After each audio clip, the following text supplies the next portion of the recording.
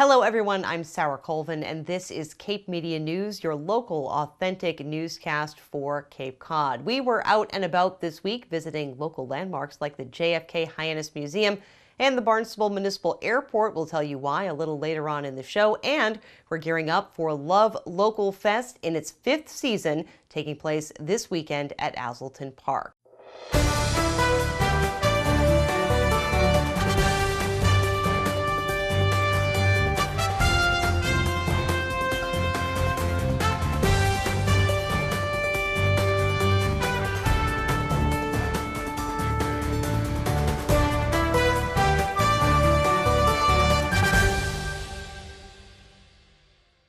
An 8-year-old boy who fell from a boat in Buzzards Bay Wednesday remains in the hospital. He was taken to Toby Hospital in Wareham when a boat turned over in Hog Island Channel.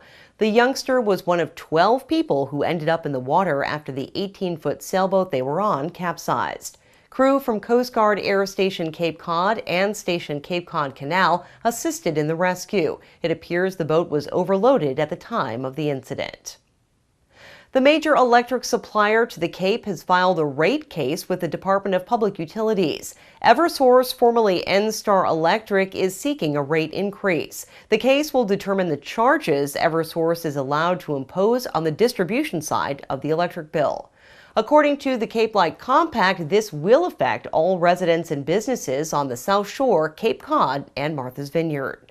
The Department of Public Utilities is holding another public comment and public hearing following the revised rate design plan filed on June 1st of this year. The public hearing will be held on Wednesday, August 2nd at Cape Cod Community College's Tilden Arts Center beginning at 7 p.m. Commuters to and from Boston and visitors to Cape Cod now have a new option when it comes to bus service.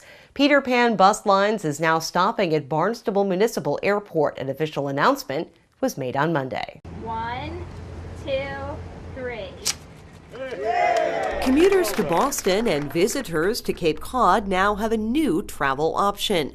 Peter Pan Bus Lines will now stop at Barnstable Municipal Airport, a move officials say will strengthen Barnstable as a hub for multimodal transportation. A ribbon cutting was held Monday morning to commemorate the commencement of this new service. I can't tell you how happy Peter Pan Bus is to be able to utilize this great facility and add it to our existing Cape service. We've been operating off the Cape for at least 50 years. This is our first attempt to come in and connect the airport. We think it is a beautiful airport in a beautiful town. We have had tremendous cooperation getting this done. The public and private cooperation to make this happen, taking traffic off the roads, providing safe, secure parking, and additional service up to the airport, we think is going to be a great addition to our service and to the town. It really takes a hold of our transportation opportunities that we have here on the Cape and the Islands.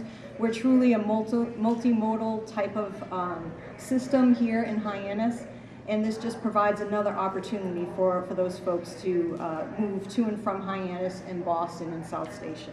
The town of Barnstable has certainly been looking at multimodal opportunities, working internal to ourselves through our parking division at Reg Services, working with Tom Cahere at the RTA, and working with the broader community to understand how we can better serve those here in Barnstable or coming to visit. I think this is something that's critically important for our community.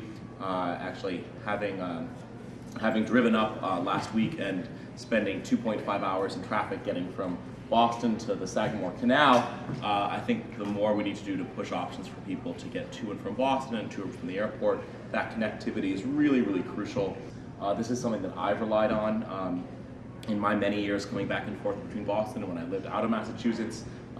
Getting that final leg, getting home from the Cape is really critical and important. The bus will originate daily from the Hyannis Transportation Center and will also service the Barnstable and Sagamore Park and Ride lots. Discounted parking is available at the airport. The JFK Hyannis Museum in the heart of downtown Hyannis is celebrating 25 years of existence. In 1992, the museum was founded to honor the life and legacy of John F. Kennedy. A ceremony was held Tuesday to commemorate the museum's anniversary. The JFK Hyannis Museum is celebrating 25 years. One of the reasons that we founded the museum, of course, is that visitors wanted something more. When they came to Hyannis and to the Cape, they really were looking for some way to connect with the Kennedy family. In fact, so many wanted to go to Hyannisport and ask directions. Instead of sending people to Hyannisport, organizers brought Hyannisport to them. It wasn't until 1992 that some visionaries from the Hyannis Area Chamber of Commerce decided that maybe it was time that there was a specific spot set aside in remembrance of JFK and the legacy that he brought to the Cape and to the world. The museum has grown in the past 25 years, and now more than ever, visitors are flocking to see the exhibits. It's been quite a year so far for us. Certainly 2017, getting ready for was kind of easy, and then all of a sudden May hit, and we have been on a real sprint.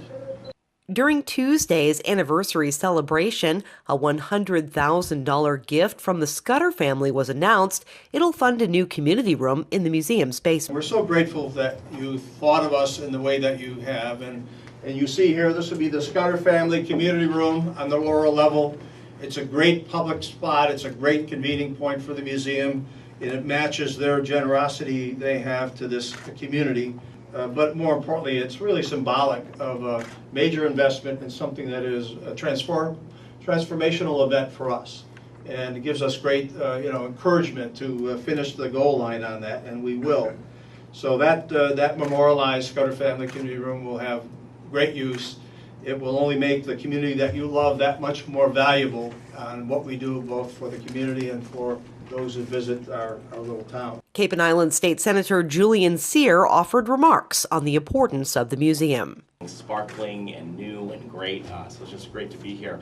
In 1957, then Senator John F. Kennedy urged graduates at Syracuse University to consider public service in order to apply their talents to solving the great problems of their time. And this is a new piece of documentation I think that's been resurrected recently, and it's been really timely and something that I've really looked at. And although that call was certainly well before my time, President Kennedy's call to public service still inspires us, still inspires me more than 50 years after his presidency. I believe in the power and the importance of public service, in part because of the example of President Kennedy and all the members of the Kennedy family that have set for generations. In that vein, I would be remiss not to acknowledge the incredible accomplishments of JFK's brother, Senator Edward M. Kennedy. Senator Kennedy was a true statesman who believed in the power of government to improve the lives of all Americans. I think epitomized what we need in our democracy now more than ever. In these turbulent times in our nation, I've really found that it's crucial, both for me and the work that I do, and I think for all of us, more than ever, to heed the call to civic engagement that President Kennedy epitomized and put out into the world, and his wisdom regarding democracy. And I'll just quote something he shared in Profiles in Courage.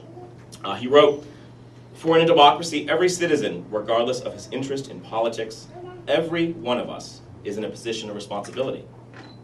And in the final analysis, the kind of government we get depends on how we fulfill those responsibilities. We, the people, are the boss, and we will get the kind of political leadership, be it good or bad, that we demand and deserve."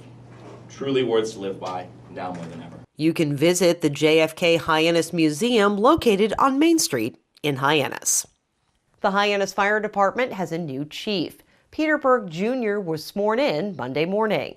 Burke was most recently deputy chief of the Barnstable Fire Department. He replaces now retired Chief Harold Brunell, who left his post in late 2016. Construction is currently underway on the new Hyannis Fire Station. Burke is the 11th chief of the Hyannis Fire Department.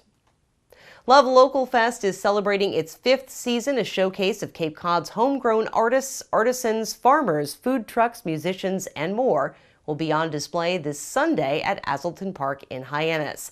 Love Local Fest begins at 11 a.m. Sunday. The event is free. That's all for today's edition of Cape Media News. I'm Sarah Colvin.